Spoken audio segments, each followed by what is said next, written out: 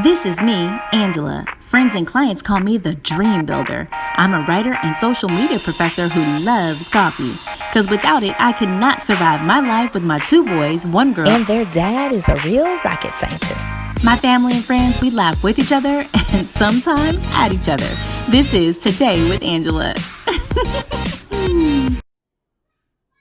We are making these, my favorite dessert.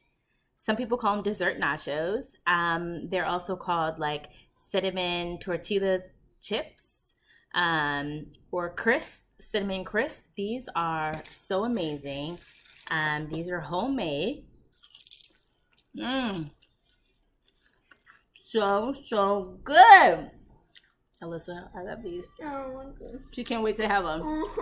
We made these from scratch. I'm going to show you how we did it.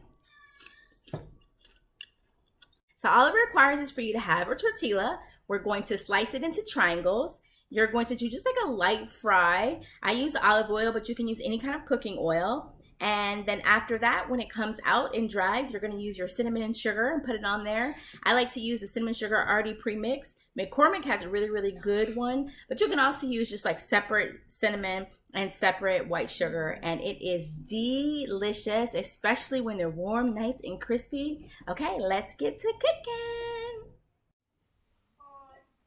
Hot.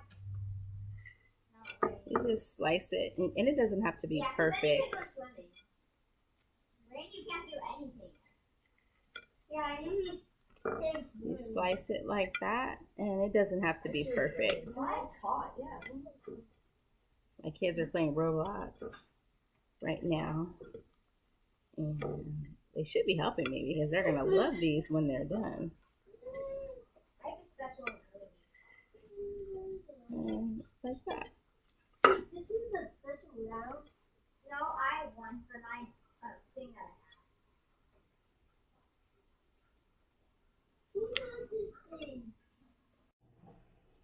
Okay, so you're gonna use your oil, whichever oil you're deciding, and you don't have to put that much in. Honestly, you could use it's better to use a pot, like a small pot, so that you can get the depth of the oil. So you don't have to use that much of it. If you use like a wide pan, then you have to put more.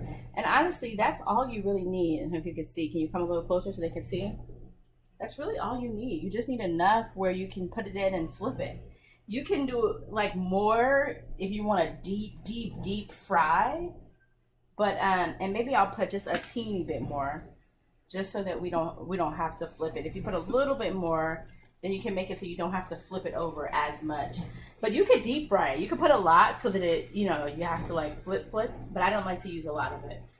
So we'll just wait till it gets hot. And one of the ways I use to make sure it's hot enough is you want to see once it starts boiling, but I also will take like a long tortilla and I can hold it in, and once I know it fries quickly, then I'll know it's ready. Like right now it's not ready. It's just kind of made it soggy. So that's how you can tell.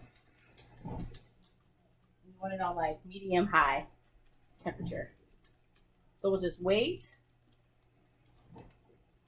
So we're gonna test to see, and if you get close, let's get close, you can see, you can see it's kind of ready to fry because it's boiling. Before when we put it in, it didn't do that. So you just put it in, and you could put a couple in at the same time, like 3. You could put 3, and you just let them fry. I use this to kind of push it down. Again, you can use this is olive oil, but you can use any kind of oil. I always like to flip them.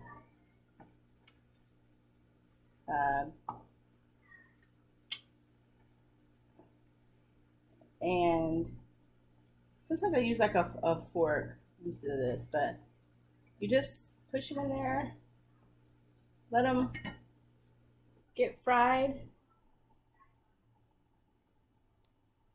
All right, and then once they're fried, which is like now, you just take them out.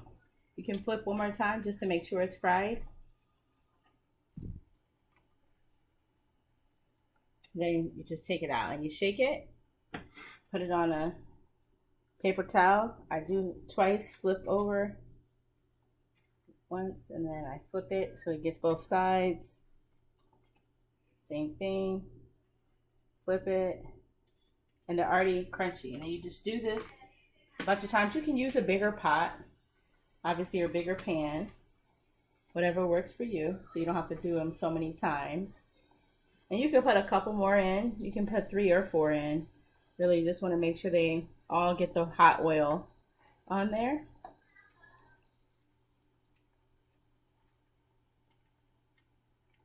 And you flip them over. Usually try to flip them twice. Just make sure. If you leave them in longer, they get really crispy, like tostada chips. You know what I mean? Like nachos chips, they get really hard. But I don't really like them that hard. I like them to be like hard, but not that hard. Like almost a little teeny bit chewy crisp, like a crisp. You like them better like that too, or you like them hard? I was just gonna say chewy. I like a little bit little chewy. Not chewy. Not chewy, like, but just like a crisp. Yeah, you don't want like them a little too crunchy. Yeah.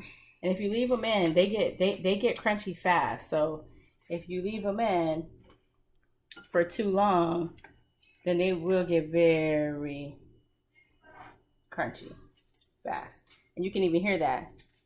You can listen. You can hear that, how crispy it is already. Okay. This is easy too, because you could do it with your kids. So this is an easy dessert to do where kids could do it. The only kind of, scary part might be the grease popping. And when you start hearing that noise, you can always turn it down so it doesn't, if it gets too much for you, some people are a little nervous when they cook around kids with popping, but they all survive if they do get kind of popped. As long as it doesn't go in their eyes, it's fine. But, okay, so then flip it a couple times. I'm going to flip that one a little bit. Okay, and then, all right, I have 2 more. And we're almost done.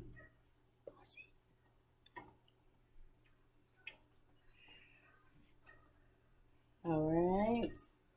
My daughter's like, do we want to pause it? I'm like, no, we can keep it going. She's my little helper. All right.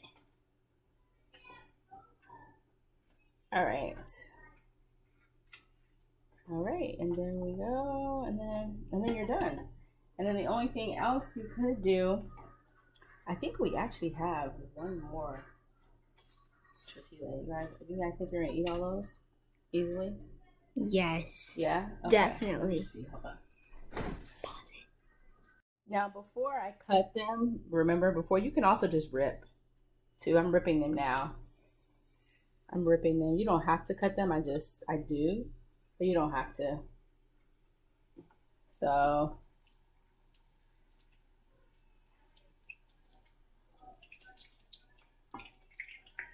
when it gets like that, you want to be a little careful because that means it's cooking fast.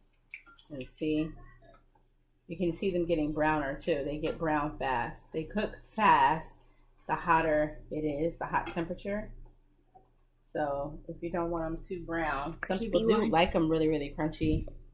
I like them really, really brown because it's like a tinge of like, not burnt, but I don't know, this gives a little bit more flavor, kind of. Mm-hmm. Yeah, we like that too. Yeah. Everybody's different. I like both. Yeah, both. Just depends, like a couple. You don't have to have them all the same. That's the thing. And then and that's it. So I just added on another one, just impromptu. Added on one more. We're gonna put the fan on because it's getting a little smoky in here. And we're done. I'm gonna turn off the heat. You can turn off the heat before you're finished. And you're done. And I'll show you what they all look like. Wait a minute.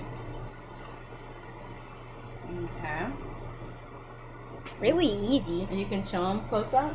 That's what they look like when they're finished. Without the cinnamon. Yeah, without the cinnamon and sugar. That's what they look like. All right. Okay, pause it.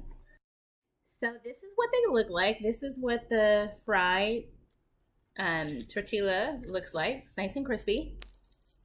And it's a little chewy. You saw that, right? I'm gonna put this one over here so my kids don't But some of them are completely just, they're really hard. I'll put those over there too. Those are my two. I'll put it here because I don't want them eating after me, right? Okay.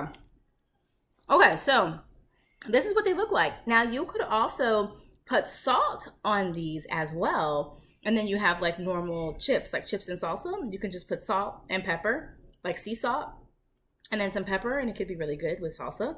But we're gonna do our dessert chips. First time I had these were at the Hard Rock Cafe. They had what they call a dessert, I think it was like a dessert sundae, dessert chip sundae or something. And this is where, and it had cinnamon and sugar on this, and then they put ice cream, like 2 scoops of ice cream, and then caramel and cinnamon, and like, it was like amazing. It was an amazing, and like a cherry on top. It was really, really good. So that's how I first learned how to make dessert nachos is what I think the name of it was. It was called dessert nachos. So, okay. So at this point, now you'll see why I like to have just the cinnamon and sugar together mixed, because then you're just done. You just take this and you just put it on. And literally that is the dessert. That's it. You're done. So and they're really, really good. You can flip them over once you do one side. You don't have to, but you can flip them over. If you want, you can also do them like I'm doing it in a plate because I'm doing it for you guys, but you could also do it in like a strainer, like what you do with like where you put your like spaghetti or whatever when you drain your spaghetti. You can throw it in there like a tosser, you know, and put your chips in there, and then just put your cinnamon sugar and kind of toss them too like you would a salad, or if you have a big silver salad bowl, you could do it like that too. I'm just doing it on the plate, but you can do it like that. I'm just all about less dishes because they can eat it right from this dish. I'm a mom of 3, so I'm always looking for the most convenient. But you can flip them over, and once you flip it over again, you just put some, like some on everywhere. And then sometimes if you like it a really sweet, I have a little bit of sugar, and you could put a little more sugar if you want it to be like, you know, a little bit more sweeter than the cinnamon, because sometimes when you do the mix, the cinnamon overpowers the sugar. When you get the kind that are the mix with the cinnamon and sugar, you know, together, the sugar and cinnamon together, sometimes the cinnamon's a little bit more overpowering, but for the most part, like, it's totally fine. And then that's it. Dessert nachos. Enjoy.